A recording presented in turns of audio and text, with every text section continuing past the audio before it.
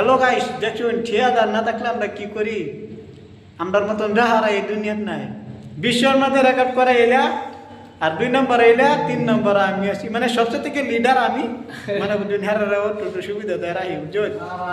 ভবিষ্যতে কি করে খাবি তোরা? ভিডিও বানায় খাইয়াম, কাম চাম কিচ্ছু করতাম না।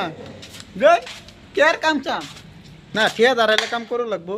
তো ঠিকাদার না কাম করি কিনা বাস দিব বুঝলেন? তা ঠিকাদার কাম না করি তো দেখুন আমার ডিউটি।